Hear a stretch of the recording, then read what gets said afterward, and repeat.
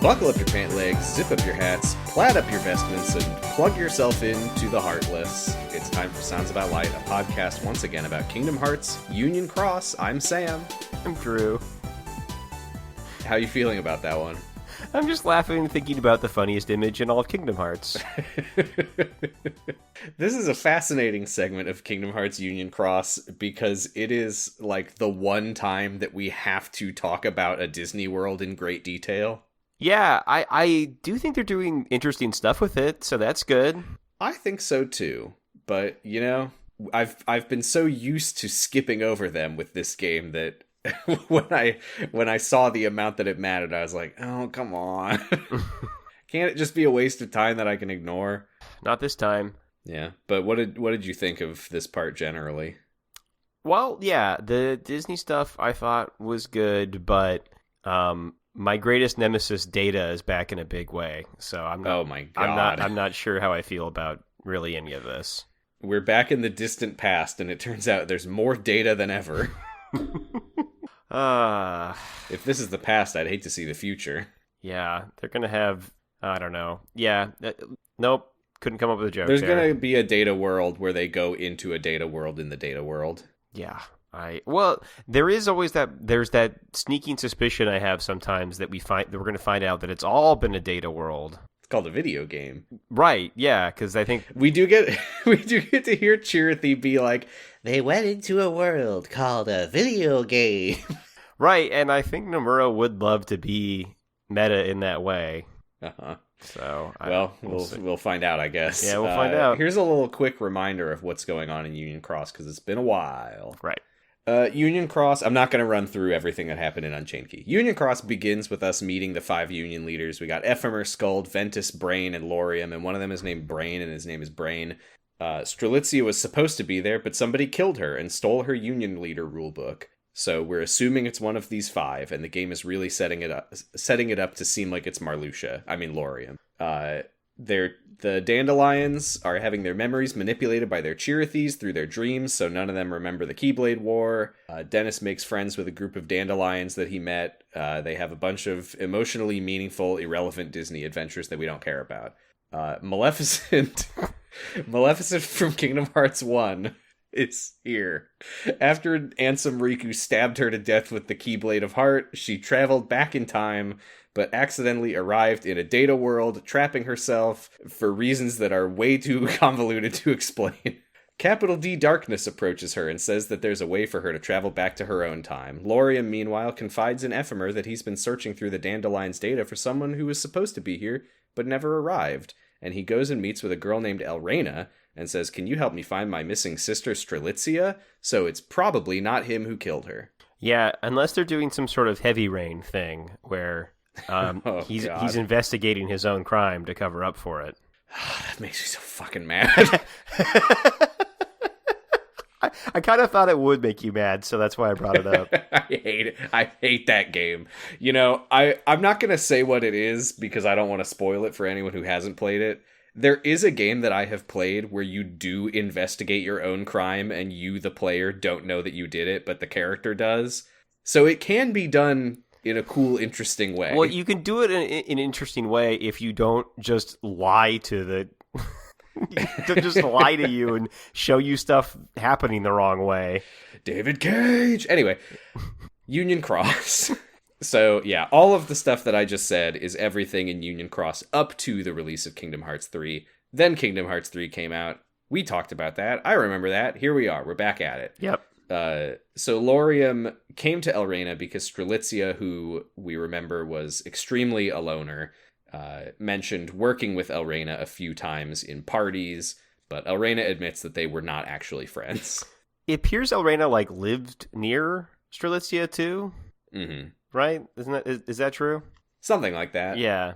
They would see each other from time to time, yeah. And they would talk a little bit, but Elrena's kind of just like, sorry, your sister was very antisocial, so I got nothing for you.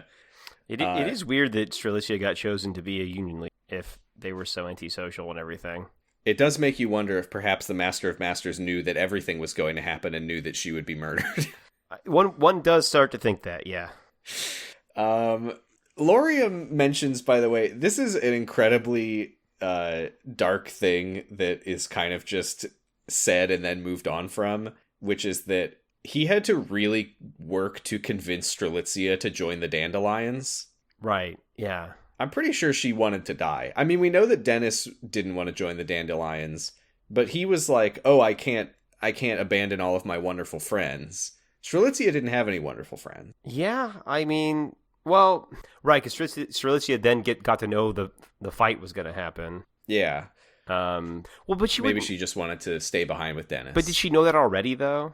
I think Ava told her. Ava told her once she was like chosen as a union leader, but she wouldn't have known that. Maybe I'm misremembering. Maybe it actually wasn't as dark as I thought. Yeah, I mean, I think Strelitzia is depressed. I think that's true. Yes, so. And depressing. Yes. Elrena tells Laurium that she always used to see Strelitzia sitting around watching the fountain square as if she was waiting for somebody. And the last time she saw her was around the time that Ava gave that weird speech about how all the unions would fight, which never actually happened, obviously, we all know. I love getting it this way that, oh yeah, their memories are gone. Yeah. It is very funny to hear a dandelion talk about what happened as like, yeah, I don't know. It was really weird. Like, Ava kept saying there was going to be this big war and that we would all have to fight each other, but only the dandelions would survive. And then there wasn't. And then suddenly the population of the town was much smaller and Ava was gone. Weird. Yeah, they haven't addressed the population being smaller yet. I assume that the Chirithys have... I mean, that would imply that the Chirithys have actually been like, oh, you know all of your friends from the Union who didn't join the Dandelions? No, you don't. Or they got fired. There was they were sent to just go live in the Disney World. It was just a really bad quarter, so we had to downsize. And but hey, you made the cut, so that's good. Yay. So Laurium wonders silently if it's possible that Strelitzia did end up fighting in the war. And Elrena is like, "Oh, you really care about your sister, don't you? Well, here, let me help out. My Chirithy was friends with Strelitzia's Chirithy. Now it's time to talk about multiple Chirithys in a scene, which is always good." I love to learn that Chirithys have their own rich inner lives and friendships outside. Like, you know, you would think that they would only be friends with Chirithys of their persons, of their Keyblade wielders friends, but no, they got their own little just Chirithy friends out there. It does unintentionally raise the question, if we go all the way back to the whole imposter thing, couldn't they just ask another Chirithy, like, hey, which Chirithy is that? And they'd be like, oh, that's Dennis's. Yeah, I think that's their problem. They just didn't see Chirithys as peoples. They didn't do it. That's so sad. Yeah. That's so messed up. It is. The Foretellers are really evil. I mean, I think they appear to be the new villains of the series, so sure. Surely not Ava. I refuse to believe it. Probably not Ava, unless she's, like, double bad. She's the darkness now. Oh, no. So, yeah, Elrena's Chirithy appears and says that Strelitzia was looking for somebody quiet whose name she didn't even know, but she wanted to invite this person into the Dandelions. And this is such a small moment, but I really like it, where Laurium kind of gives the Chirithy a meaningful look and is like, did you see Strelitzia last before or after the bells? And Chirithy's like, it was before the bells. And Elrena's like, I don't know what you're talking about, but okay. Yeah. What bells? Anyway, moving on. So Laurium decides to look into this mystery person who we of course know is Dennis. It's us. It's me. It's you. Wow. But then Elrena's Chirithy mentions a chain of events that it witnessed around the time of her disappearance. It saw some people walk into a nearby house. I think that's referring to Dennis and Skuld when they met with Gula. Yeah, I think so. And then, we actually see that later in a flashback. Strelitzia's Chirithy hurried back to her, and then shortly after, the new union leaders were announced, and Elrena's Chirithy recognized Skuld as one of the people who went into the house. Yeah. So Laurium is now like, okay, so Skuld killed my sister. Or possibly, or Dennis did. Yeah. I will say, he really gets over this one pretty quickly when he talks to Skuld about it. Well, she didn't do it, so he's good with it. Yeah, fair enough. I mean, very, very reasonable, measured approach to this whole investigation. Well, yeah, did you kill my sister? No. Okay. It's because he's heavy. Right. He's heavy raining it. So. Oh no. I'm gonna keep saying it. What's that character's name? Scott. Yeah, he's Scott. Yeah, it's like Scott Coatman. Yeah, Scott, bad cop man. Scott didn't do it. Yeah. Hello, detective didn't do it. Did you kill that person? No. No. Okay. I didn't think you did. It's right there in the name. So, after Laurium leaves, Elrena decides to investigate the house where Strelitzia was last seen. She seems pretty, like, chill in Union Cross from what we've seen of her, but her Chirithy just straight up says to her, like, since when do you care about other people? Right, yeah, it's like... that lines up with the characterization of we know of Larxene, but not really what we've seen of Elrena yet. Yeah. I'm going to assume that she was never quite as evil as Larxene by any means, but maybe she's a little bit prickly. Yeah. Doesn't make friends very easily. Well, I'm starting to think maybe she has a crush on Laurium or something, so she's just way nicer to him. I think that might be the case, considering the whole, like, I was just along with the ride. With who? My secret. Yeah, and that would be, that's why, because she... Well, and obviously we haven't seen a whole lot of her yet, but that would make sense for her motivation to join the organization. Yeah, and it's hard to tell with this art style, but we do know that he's a Bishonen. Right. Yeah, he's dreamy. He's a little dreamy go animate Bishonen. Yeah. You know he can just pluck a rose out of the air and give it to you. So Laurium returns to the foreteller office room where everyone is very cheerfully chatting together, except for Brain, who is reading the Book of Prophecies alone. Brain sitting in the corner being like, I'm the traitor, I'm clearly the traitor, we all know I'm the traitor. I'm Brain. That's my real name, Brain.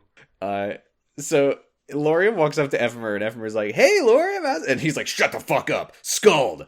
What happened in that house? And she's like, nothing. And he's like, alright, fair enough. Yep. Yeah, and I guess he just buys it and... moves on. Yeah, I mean, we fade to black, so we don't know what she actually told him. Right. But maybe it faded to black and she was like, yeah, I killed her. I was like, okay, fair enough. Cool. Okay. Just wanted to know. I appreciate your honesty. It does seem like he still is trying to investigate Dennis, though, right? Yeah, he mentions the person that Strelitzia was looking for, and Brain interjects, like, oh, if she was looking for him up until the bells rang, then that person was probably not a dandelion when Ava made her speech. So this person probably fought in the war. Isn't it weird that Strelitzia, who was hesitant to join the Dandelions, would have been desperately trying to get someone else to join? Right. And Ephemer and Skuld realize this is probably our friend Dennis. But he's just so cool. That's why she wants him to join. Yeah, look at his little crown. His crown is very glowy Keyblade. It is funny to imagine the version of this where you're playing with like just the ridiculous, like you've got like a pumpkin head and maybe some like inflatable swimming pool, big, like wings, big cat whatever hands. those are called. Yeah. And Strelitzia is sitting on the roof like, I wish I could talk to him. Well, he seems so interesting. He does seem interesting for sure. We then inexplicably cut to Dennis doing Shift Pride PvE Dandelion combat. Yeah, every time I watch the combat in this game, I give I blow a little kiss over to Damo for doing this for us. It sure is numbers. Right, there are a lot of numbers and bad PNGs popping up. We are witnessing the gigantic numbers of a gacha game that ran for 7 years. Yeah. Just doing a random fight with another player's data at the Olympus Coliseum, and you're hitting for like 6 trillion damage. Yeah, I'm not an MMO person or a gacha person, so it's really, really just beyond my interest. Yeah. But I'll do my best to push through Missing Link for everyone's benefit. The story, hey, I love watching the story of this game. If it was just a little movie, that'd be fine. Yeah, especially if it didn't look like this. Oh, man, I really should. Yeah. Do you think there's a chance for like Kingdom Hearts 4, they like render it and make it because it's so important apparently to the story. I mean, and they kind of did that already for the, what is it, like back cover or whatever? Back cover. Yeah. There are some people who think that there's going to be a front cover. Sure. Which, I'm for it. I'd like it. Back cover, front cover, middle bits. Middle cover. The Big Mac bun of covers. Centerfold. No. Anyway, Ephemer meets Dennis at the fountain. They haven't seen each other in quite a while, apparently, so they're kind of catching up. Ephemer says, "Hey, this is Laurium, one of the other Union leaders." It is funny that they continue to refer to all of these people as the Union leaders when we know for a fact that they still have not picked the unions. Oh, right, yeah. So Laurium asks Dennis about Strelitzia, but as we know, Dennis literally didn't know that she existed in the first place. Yeah, she was pining after him, and he didn't know. Yeah, so Laurium's like, well, that has cleared something up for me, thank you. So he leaves. Ephemer decides to stay and hang out with Dennis and Dennis's Chirithy. And as Laurium is leaving, he says, "Just keep my sister in your heart." And Dennis is like, "Oh, I don't know, but okay, will do. I'm a nice boy." Yeah, so I'm still on Trader Watch, at this point. And so I'm thinking through, and I think I've got to clear Ephemer, because Ephemer literally shows up in Kingdom Hearts 3 to help you fight the big battle. So that would be pretty weird if he was the traitor. I don't think Laurium's actually doing a heavy rain, so it's probably not Laurium. It doesn't seem to be Scold. And so then really, and I don't think it's Ventus, really. So it's probably Brain. And then Brain's about to say some things that make me think it really is Brain. Well, there's something else that we'll get to soon that is pointing the finger pretty hard at Brain. Yes, yeah. But for now, Laurium goes to meet with Elrena again. They share information. We get a flashback to when Elrena and her Chirithy checked out the empty house earlier. And they walk in a little bit, and then they hear a weird noise, and they start to get scared, and as they turn to leave, a flickering image of Strelitzia appears. It's sort of a glitchy flashback ghost kind of thing to the moment of her death as she's like staggering to the door with her Chirithy. And Elrena tells Laurium about this, and he immediately runs into the house. But, Elrena's like, yeah, we've checked back a few times since then, but we haven't seen her except that first time. And here, but then we get another flashback. And here I get to know that, but this does confirm for me that the data is back. Yeah. me just trying to push past it. Hoping that the word glitchy we all know what we're talking about. I don't have to say it. Don't make me say it. Yeah. So Elrena's Chirithy recalls something that Strelitzia's Chirithy said the last time they talked. And now we get a two Chirithy flashback, one of my favorite things. Hi, Chirithy. Hi, Chirithy. Strelitzia's Chirithy tells Elrena's Chirithy that Strelitzia has developed a somewhat concerning interest in a kid who she's never spoken to and who she wants to save from the war. And this is where Strelitzia's Chirithy sees Dennis's Chirithy. Oh no, we've got three in one scene. And Skuld entering the empty house. And Strelitzia's Chirithy says, "Gotta go," and leaves. So Elrena is wondering again out of the flashback, like, what's up with this war? It seemed like Ava was sure there would be a war, and then a bunch of weird stuff happened, and Strelitzia disappeared, and then nothing happened. Probably nothing happened. Yeah, Laurium's just like, don't worry about it. Anyway. But he wonders to himself, Strelitzia seemed very sure that Ava's prediction would come true, because she wasn't sure that she wanted to join the Dandelions, but she really wanted Dennis to join the Dandelions, which suggests that she was desperate to save him. Right. Which suggests that she knew that it was going to come true. Yeah, that's true. And she was given one of the books, right? So she would have known, but I guess she wouldn't have gotten that before Laurium. She was given the rule book, but I don't think she had the Book of Prophecy as far as we know. Okay, all right. I actually don't remember, because we know that the Master said that someone would get one. Yeah, she could have. I can't remember who it was. She could have had it, and that would explain some of what she was doing. Yeah, I can't remember. It's also possible that Ava... Well, I guess Ava telling her wouldn't mean anything, because Ava told everybody. Right. I feel like we do know the answer, and I just don't remember the answer. I don't know if this is supposed to be a mystery for us. Yeah, that's the Kingdom Heart effect, though. It does do that. Yeah, I think the one who got the Book of Prophecies must have been Brain, because he has one. Well, because he killed Strelitzia for it. Oh, boy. Brain. Brian. Brian, Brian, are you calling yourself Brain again? he walks up, and the text on screen says, "The name's Brian," and they're like, "Nice to meet you, Brain," and he's like, "Well, Oh, all okay. right, Okay. that's fine. I'll take it." I am very smart. This will become my personality now. So yeah, Laurium remembers what Brain was saying about Strelitzia's unusual behavior and decides to ask him what he thinks. So he goes back to the office. Ventus is in the middle of asking Brain, "Hey, what's up with that book that you're always reading?" And Brain, instead of answering the question, says, "I have a plan. Even though we erased everyone's memories, we're still headed for destruction, and I intend to change that. This world's future is a program, and I'm going to become a virus and overwrite it." Yeah, and that goes back to Zigbar talking about how there was a virus changing things, and maybe it was the Master's plan. So Brain's clearly the traitor, and so it certainly does feel like we're pointing toward that, but I will not confirm it yet, unless it's Ventus. So yeah, Brain says all of that, and Ventus is like, "Cool." And the book, I was just asking what you were reading.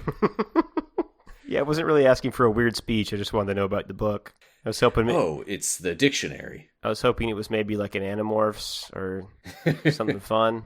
You got a Frog and Toad book over there, buddy? No, I only read books for geniuses. I'm over here reading what's a book for a smart kid? Infinite Jest. Infinite Jest. I'm reading of Mice and Men.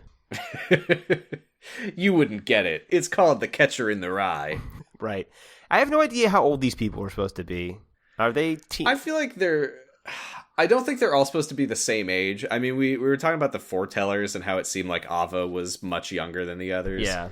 I imagine the Dandelions are probably between like 14 at the youngest and maybe like 18 at the oldest. Because Ventus is a baby boy. I think Ventus is like 14 or 15. Yeah. Okay. I mean, even for this style, he is drawn like a baby.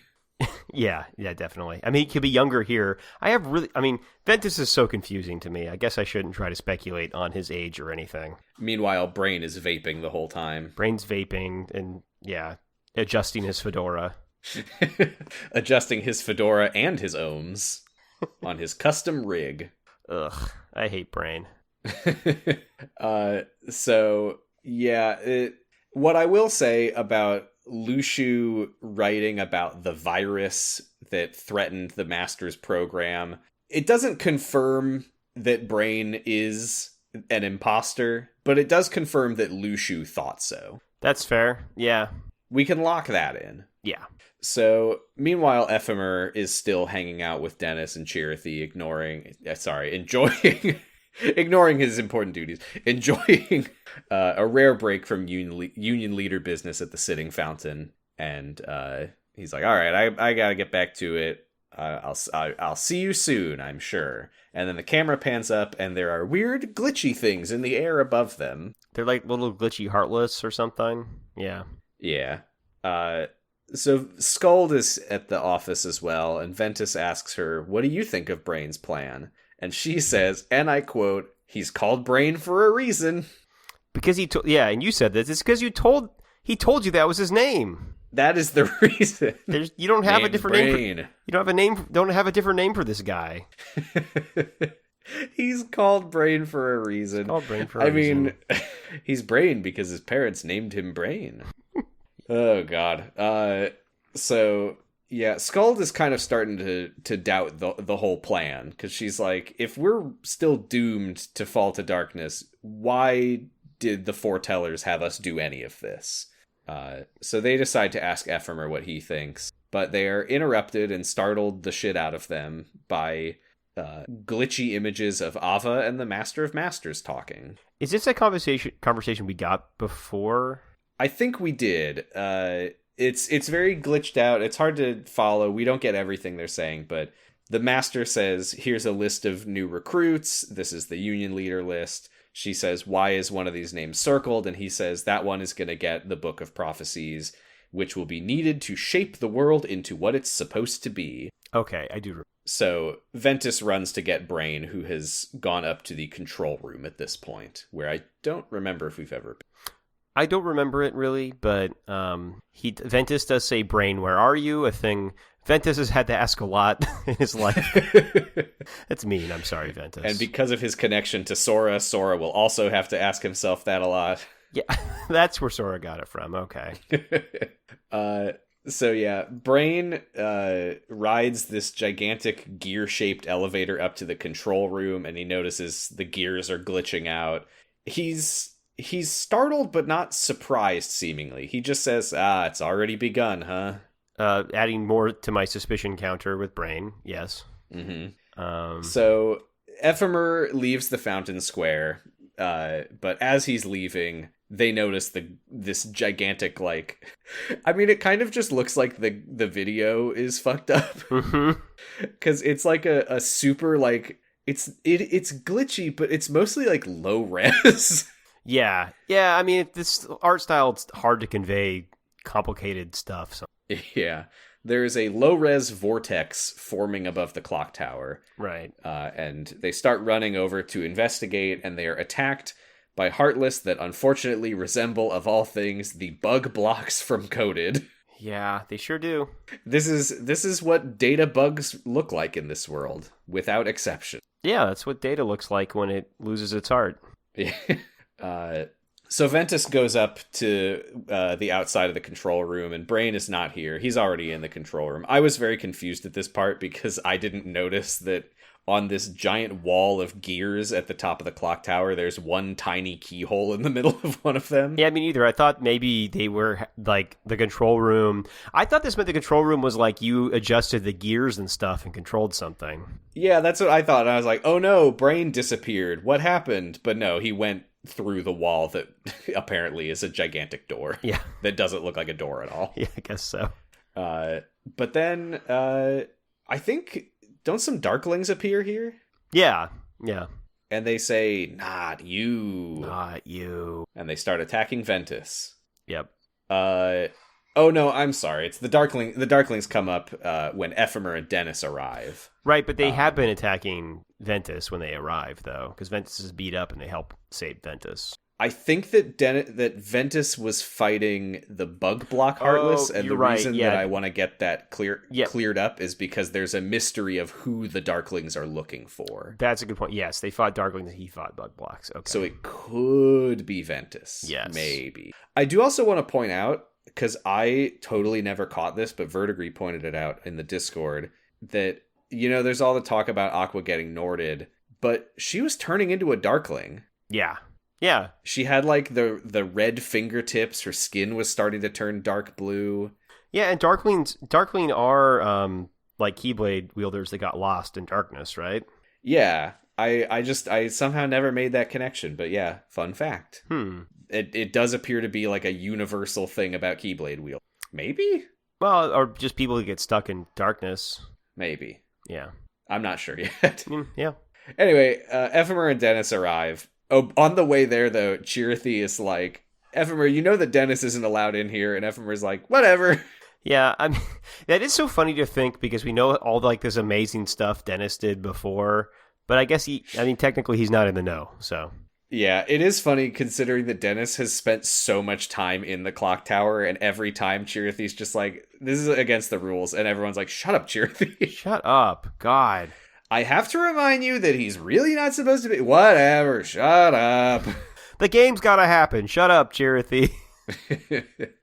So yeah, they help Ventus out with the Heartless, and they catch up on what's going on. But then this is where the Darklings show up, which... This does raise a question. Who are these? Are these Dandelions, or are these pre-Keyblade War Darklings? Where did they come from? I would think they would. I would think they would have to be pre-Keyblade War. I guess unless the Dandelions are still going off into darkness and fighting stuff. Which they are doing that. I think. I guess so. Although they're doing it in data worlds apparently. Yeah. Well, data darkness Yeah, Data Darkness do. Data Darkness does damage. D4. Yeah.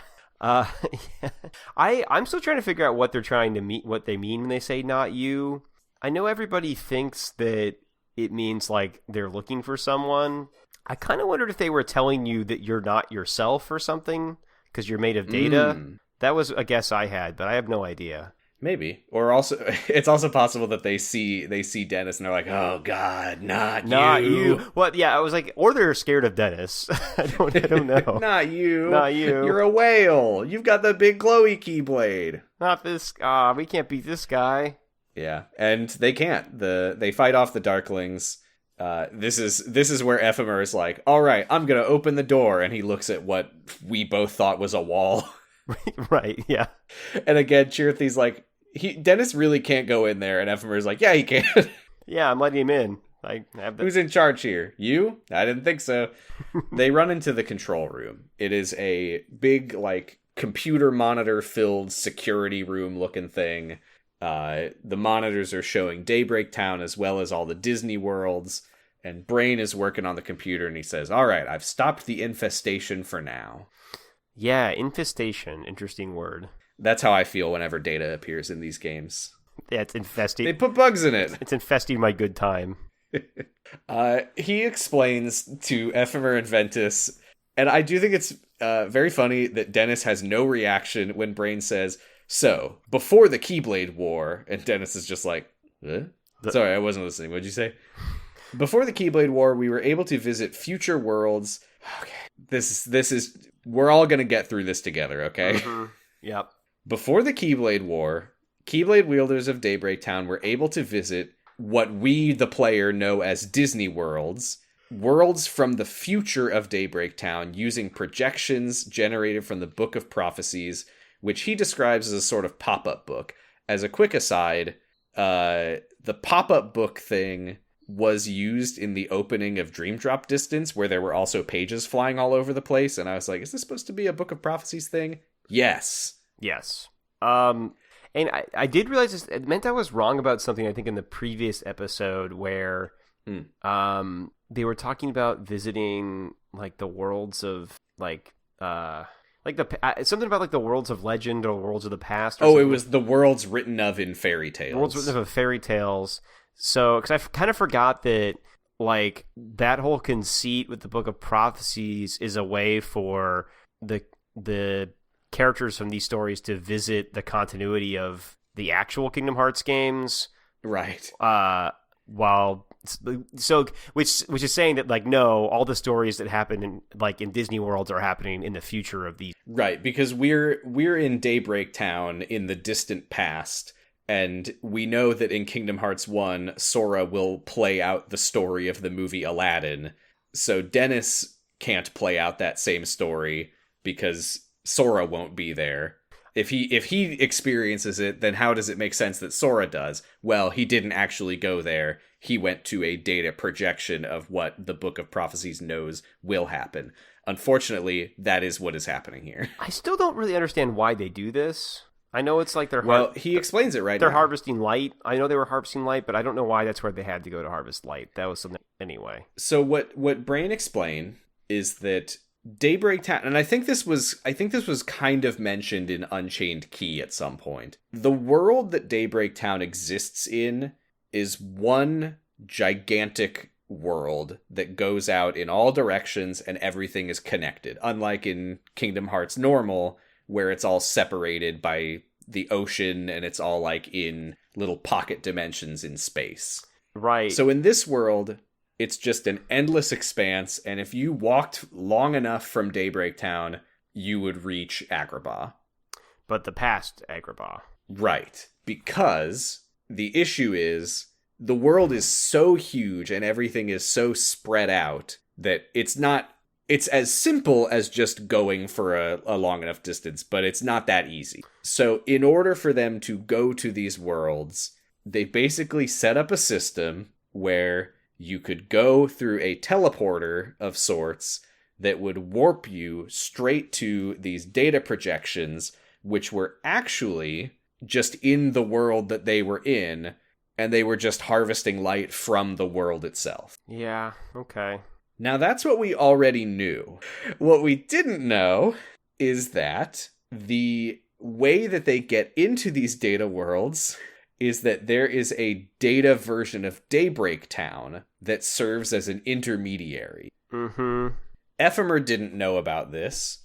it seems like a pretty inconsequential logistical step, but in order to get into the data worlds, you had to go through Daybreak Town, but you wouldn't even know that that was happening. And I assume this is kind of the same thing as like when Mickey and friends access the datascape through a data version of their own real library. Yes. So, pretty inconsequential, except that Brain says, how do we know which one we're in? Yeah, and we know that the dandelions got hidden in a different world to wait out the apocalypse. Didn't Data?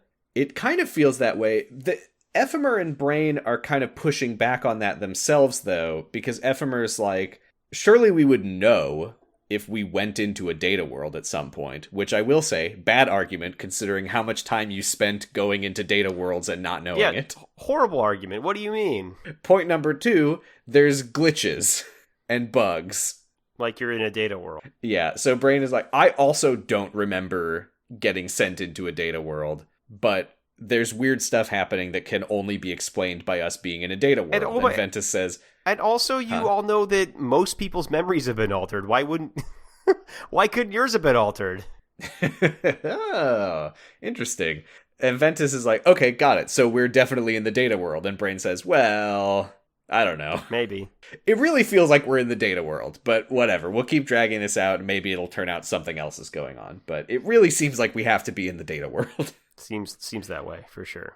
But Brain changes the subject, because we know that Daybreak Town had these connections to future versions of worlds that already exist in their time. Right. That's what all the Disney worlds were. But he has found a connection to a world that doesn't exist in the present. That's weird. Mm-hmm. And he says when that connection was made was when all the glitches started happening. And I can't disconnect us from this new world, but I've stabilized the connection for now, and we need to send someone into this new world to investigate. And Dennis says, I'll go. And Ephemer and Chirithy say, no. And he says, I'll go. And Brain says, yes. They also try to say Ephemer can't go because he's a union leader, and then Ephemer's like, but I will also. Yeah, and then Brain's like, okay, fine. So he creates a portal and sends them into this new mysterious world, and they appear in sort of a weird stripy tunnel thing. There's Heartless, there's a Darkling, it says not you, they fight it, but it escapes further down the tunnel, and we're all thinking at this point, like, what is this? Where is this connecting to? Is this like a new... like Scala ad Kylum or something? What is this? That's actually what my first thought was, that maybe it was going to be Scala ad Kylum, but... You utter fool. Obviously, it's Game Central Station from Wreck-It Ralph. Oh, a movie I still haven't seen. I rewatched it for this months ago, not knowing that it would be post Kingdom Hearts 3. Right.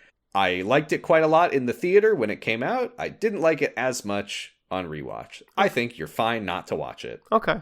All right. I mean, you've already seen it.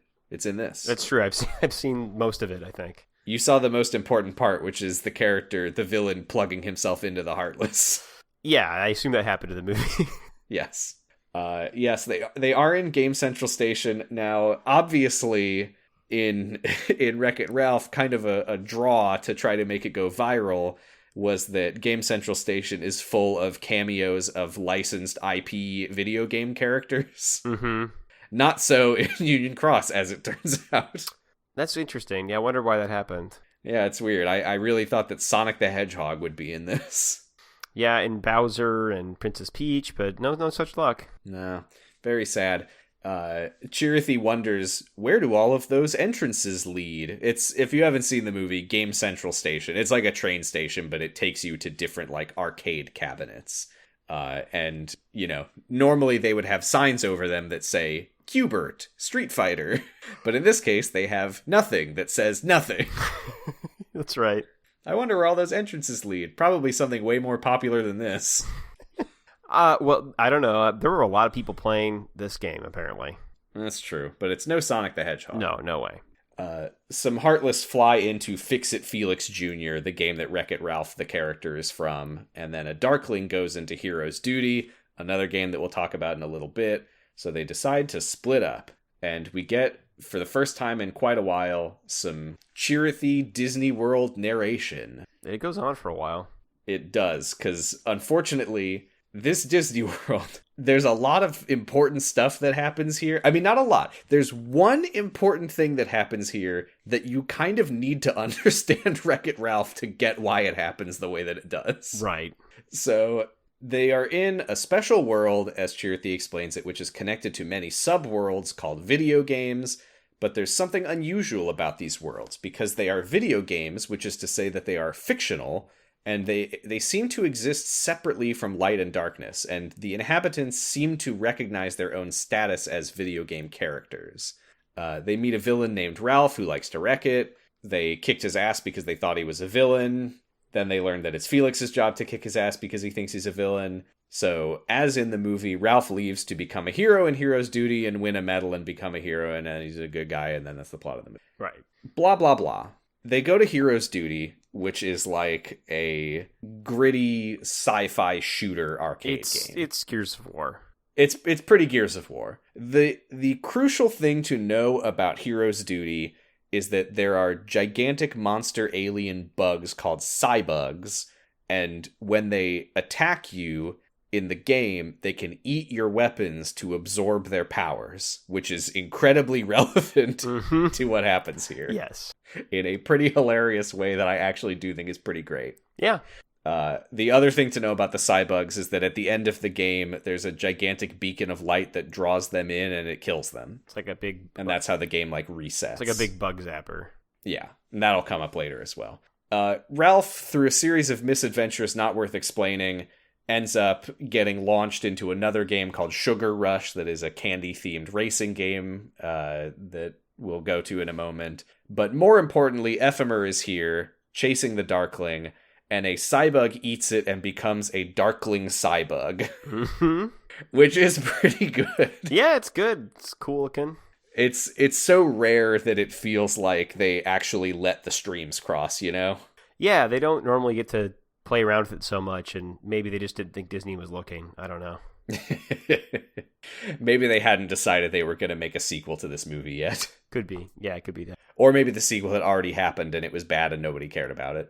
Yeah, I've never heard anyone really talk about it. Yeah, I haven't seen it. So Dennis tells Ephemer his theory that the glitches are connected to Ralph abandoning his game. That's not important. Mm-hmm. That's not even a little bit important. I don't want to talk about it any more than this. No. The important thing here is that Ephemer leaves to report to the other union leaders and says, don't worry, our hearts are always connected even when we're apart, and Dennis cheers up and likes it. Yeah, that's nice. Dennis observes Fix-It Felix and the lady from Hero's Duty, who is basically not relevant to this, going into Sugar Rush, and they follow them in. We go back into summarizing the movie Wreck-It Ralph. Ralph meets a girl named Vanellope von Schweetz, who steals the medal. She wants to be a racer. She's glitchy. There's a weird mention here that when she's near Dennis, she doesn't glitch. Yes. Yeah. That never comes up again, so I don't know what's up with that. Maybe he's more real or something? I don't know. I don't know. This is one of those moments where it's just like, there's so much movie to summarize. When Chirithy is like, but you see, Turbo from Turbo Time wanted to... You could practically hear Chirithy's voice actor sighing into the microphone. Right, yeah. I was like, is this really the plot of Wreck-It Ralph? This doesn't sound good when you summarize it. It's all right. Turbo from an old racing game called Turbo Time was jealous of all the new high-tech games.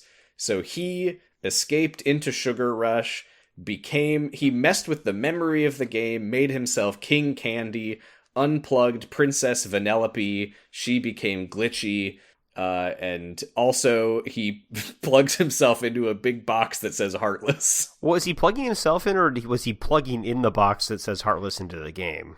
Oh, I think it might have been both, because Chirithy says that he takes control of the Heartless. Right, but either way, there is a box that says Heartless on it you can plug into your game. Yes, and a wretched little candy man plugs himself into it.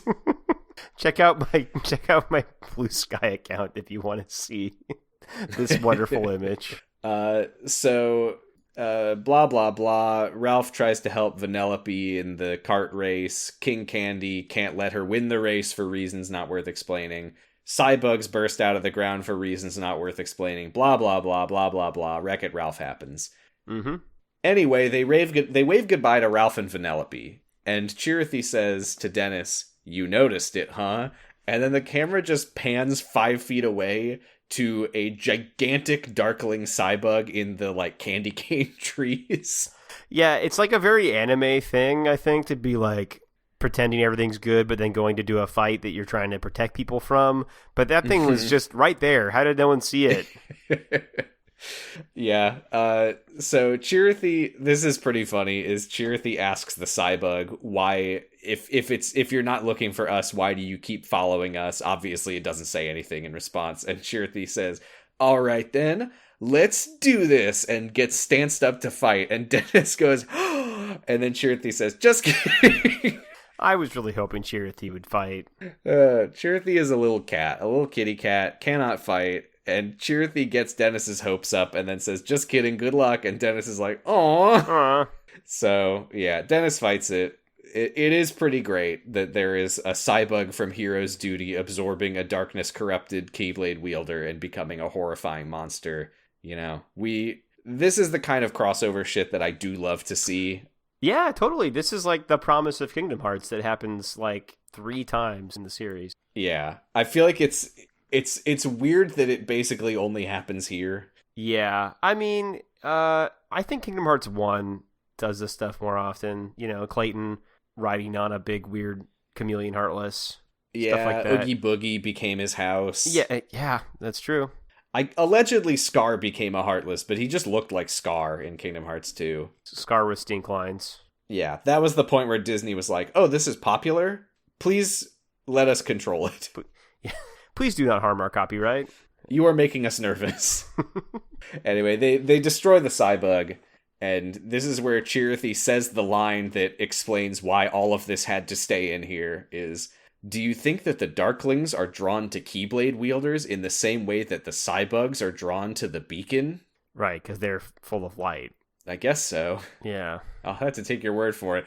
And Dennis is like, "What do you mean, Chirithy?" And Chirithy's like, nothing. Anyway, let's go watch Vanellope and Ralph finish the race, which happens in the movie, but blah, blah, blah. Well, you know, it did remind me that, do they still have the bangles? I don't think they have the bangles anymore. I'm going to say, because those things collected light, I think, and then also darkness.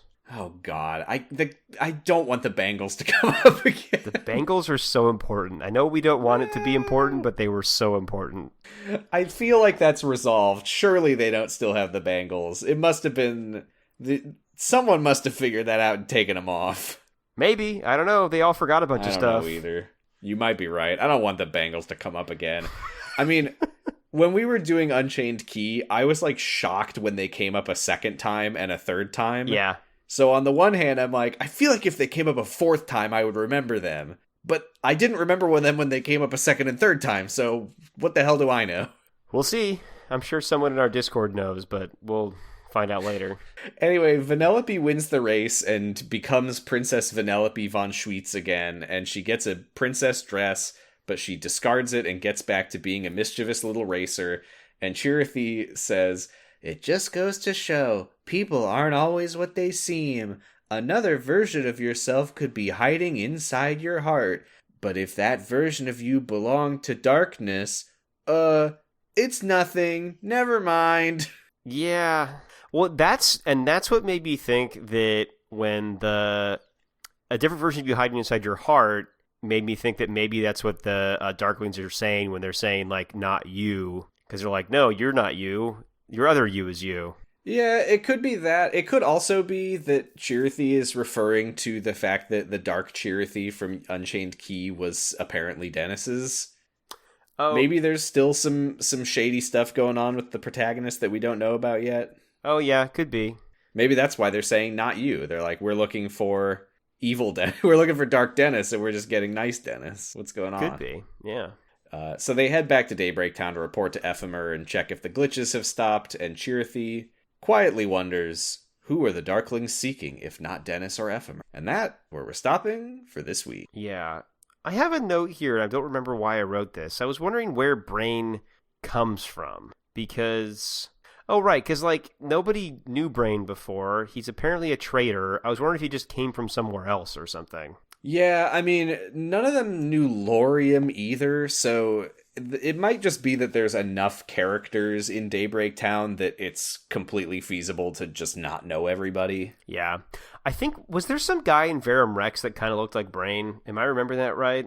You sure are. Because then I was like, is Brain from Verum Rex, actually? Is he really just not from here? Yeah, did I have a crackpot corner about that? Let me see if I did. Oh, I didn't. I have noticed that one of them is wearing a stupid hat. Yeah, I mean, just having a fedora on might not be enough, but so far, Brain and that guy are the only people wearing fedoras. I would argue that having a fedora is plenty of reason to believe that someone is the traitor. Yeah, that's true. Yeah, I'm looking at the characters. We got Yozora, who looks like Riku. We've got Unnamed Man with a black hat, who I will say has like bright red hair, which Brain does not have. Yeah, that's the thing. I was like, he doesn't look exactly like Brain. Then we have Unnamed Man with glasses, who just looks like Ignis from Final Fantasy 15, and that doesn't look like anybody we know. But I do feel like this is Brain. Here's a picture of this guy. Okay. Yeah. Tell me that's not the same hat. I think it's the same hat. Maybe it's Brain's little brother, Cerebrum. Gotta find a picture of Brain's hat. Brain's hat has a feather in it, cool. though, doesn't it? I don't think this one has a feather in it. Yeah, unless he lost the feather. Yeah, Verum Rex guy has like a studded band around. It's like a scaled band. Yeah. What a cool conversation we're having. Oh, yeah. That's so neat. Hey, I noticed I do think it's supposed to be Brain, though. I do think so, too. They're both wearing black jackets and stupid hats. Brain's feather is red on it, and the guy's hair is red. Maybe that's related. I also gotta notice that Brain appears to be wearing a bangle on his... Let me zoom in. He appears to be wearing several bangles. The bangles are wearing belts with zippers on them. Yeah, but dark bangle, light bangle. Who knows? God, that's cool. Hey, I know you wanted to talk about a different person dive for the wiki. I kind of think we should talk about James Karoshia instead of Nathaniel Karoshia. Oh, shit. I didn't know about James Karoshia. Yeah. So this is, what, Zane Karoshia's uncle? Brother. Well, Zane's dad. Oh, sorry, you're right. It's the uncle. Yeah. It's uncle. Yeah. Zane, who we read last time. Okay, I see why you wanted to look at that. There's a fun surprise in here. Let's dive to the wiki. James Karoshia is the second oldest son of the Karoshia noble family and is Nathaniel's older brother. Mm-hmm. He's a Soul Reaper. He's from the Soul Society. Blah, blah, blah. His Zanpakuto is called the Dengen Tebukuro. While James wears the standard Hakama and Obi sash of the Soul Reaper uniform, James does not wear the top half. Instead, James wears a white, long-sleeve button-up shirt, often has writing brushes stuffed in the breast pocket. He has short brown hair and relatively dark blue eyes, always wearing oval-framed glasses over them. Yeah, James is a short-tempered and foul-mouthed man. Just recently, a video game fanatic.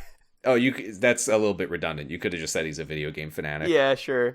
He derives comic appeal from excessive inventive use of profanity, frequent displays of explicit gestures. Fucking fuckstick! But fucking rotten beaver ass. And the consumption of alcohol. While he prefers drinking beer, namely Rolling Rock, he has imported from the world of the living. He also drinks sake on occasion. And then we scroll down. Wait a minute. Hold on. Wait a minute. Hold on. Huh? It's hitting me. Yeah, you figured it out. I'm starting to put the pieces together. Yeah, I thought you knew the joke you made, but no, now you figured it out.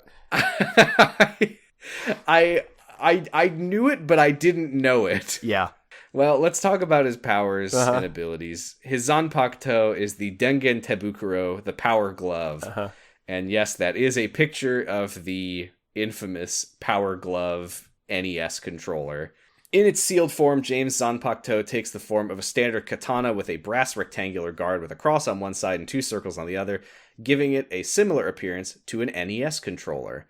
Its Shikai release command is Play with Power, Asobi Domo ni Dengen. When released, it takes the form of, as the name suggests, a black and gray glove that fits perfectly on his hand with a box-like terminal on one side. Dengen Tebukuro allows James to telepathically move any sort of object so long as it is not thoroughly attached to the ground. However, James has often said Dengen Tebukuro is a lazy ass, and this ability refuses to work 99% of the time, so he must resort to just using its Shikai for hand-to-hand combat. Sure you can! James builds up spiritual energy within his fist and jumps into the air, fist first in an upward spiraling motion. Bankai not yet revealed. I'm going to read about James's origin. James is based on the titular main character of the Angry Video Game Nerd web series. Yay! In which he would review low-quality and badly designed games. A particular characteristic, which has become something of a trademark of his character, is for him to describe, in great detail, extremely repulsive and painful, usually firmly scatological acts, and to claim he would rather endure them than to play the game he is reviewing. Oh, it's so funny, and we love it. So James is a Soul Reaper who is the brother, he is the uncle of Zane Koroshia, the protagonist of whatever, and he's like, James, can you help us fight these demons? And James is like, hold on, I have to finish playing this video game, this shitting fuck of a game, which I would rather poop out of a shitty butt than play it. And they're like, okay, James, just let us know when you're done. Yeah. I just love, 2003 or whatever we're in right now. Oh, could you tell me some trivia? Is there trivia? Oh, the name, appearance, and release command and malfunctioning special ability of James Zanpakuto are all based upon the Power Glove, an accessory for the Nintendo Entertainment System. Oh, no way. Oh, that's crazy. Yeah. Well, that's that. That's that. This is Wish's Duck. Yeah, this is Wish's Duck. This is a short episode. He's called Brain for a reason, I'm pretty sure. He's called Brain for a reason. All right. What else could it be? Nothing. That's it. Pretty good. I hate Kingdom Hearts. Why? I hate it here. What do you mean? I love it here. I think you hate the Angry Video Game Nerd. That's right. This is all the Angry Video Game Nerd's fault. You know, the song, I was going to try to relate it, the time travel to, the song is, he's going to take you back to the past. Now, what's that? I've never seen Angry Video Game Nerd. Well, he has a theme song that starts with that. He's going to take you back to the past to play those, what is it? To play those shitty games that suck ass. I'm pretty sure that's how it goes. That seems right. Yeah. Yeah, you might be surprised that I've never I seem the type to have watched Angry Video Game Nerd. But oh, it definitely hit me, but I think I'm slightly older than you, and I think that makes sense. See, that's why we were going through this, and it took me so long to put it together, because sometimes I forget that the Angry Video Game Nerd is a specific, incredibly popular series, and not just an amalgamation of annoying tropes. I mean, yes, he is that, but he created it, too. Right, exactly. It's an amalgamation of annoying tropes because of him. Yeah, yes. Well, that was good. Next time we'll learn about Nathaniel, the much cooler, more important guy. Yeah, he has to be better. It makes me wonder if James is relevant, because we didn't get any story about James, so I'm going to control F James on Nathaniel's page. Nope. No mention except in the sidebar where it says that they're related. No, Magash just likes writing about guys that he thinks are cool. Let's see does he appear in Kingdom Hearts Arcana? James. Nope, not even mentioned in the character list. Nope, just a cool uncle that doesn't get to do anything. A super cool uncle, the coolest guy. Well, now hold on. Now hold on. He's got the Power Glove. There's Shikai. Who is this? Uh-oh. I don't know. Wait, who is this? We can't... Oh, this is more Cinemassacre shit. Oh, okay. Because I was just looking through the list of characters in Kingdom Hearts Arcana, and I saw Dave. And I was like, okay, who is Dave? And then I saw a picture of just some guy. Yeah. I don't know the extended Cinemassacre universe, luckily. Troubled yet gifted young man, Dave made his first appearance in Cinemassacre's The Mind That Makes the Matter. Weapon, his mind. Okay, I'm on board now. Me too. He's a brain of some kind. As a young adult, Dave has a disheveled appearance and often wears a grunge t-shirt and jeans. He shaves often enough as to only get a light stubble on his chin and jaw. He is more often than not seen wearing a woven hat over his short brown hair. Dave has an aloof personality. He prefers to do some things on his own, justified by his smoking habits. However, when he learns his dreams have endangered the lives of humanity, he becomes determined to fight it at the source. On his own, Dave has little to no fighting ability. However, with the mind-enhancing ability granted by the evil wizard, Dave is capable of using his memory to forge any sort of weapon as long as he sees it used in action first. Effectively, he can create and wield a fake Keyblade. Terrible. I'm assuming this is all from, like, a short movie that they made. Yeah, and if you click on the link to Dreaded Drake Tower, which is his homeworld, there's only one bit of description on here, and it just says, fucking piss shit ass on a diarrhea cock, James Rolfe. Man, I feel like I really missed out not watching Angry Video Game Nerd as a kid. Uh-huh. Well, that's that. Yep. Yeah, I hope you all enjoyed James, that. you hijacked our podcast. Yeah. We're hosted on noisepace.xyz, where you can listen to other podcasts like Kamurocho Radio, The Sonic Hustle, Tuning Fork, and many more. Yes. You can find us on Blue Sky at Sounds About Light. You can find me on Blue Sky at Sounds... Nope. You can find me on Blue Sky at Posy Stress. Well, you're also at Sounds About Light. That is me. And you can listen to my other podcast, Dr. Huh, which we're on a bit of a break, but I think it should be over pretty soon, where our next episode is going to be about something Manhattan. The Angels take Manhattan. New York has a bad time in the Doctor's world. Doctor's universe. The worst place that you could ever be is New York on Christmas. Oh, God. Anywhere on Christmas, really, if the Doctor's around. It's a bad time. Earth.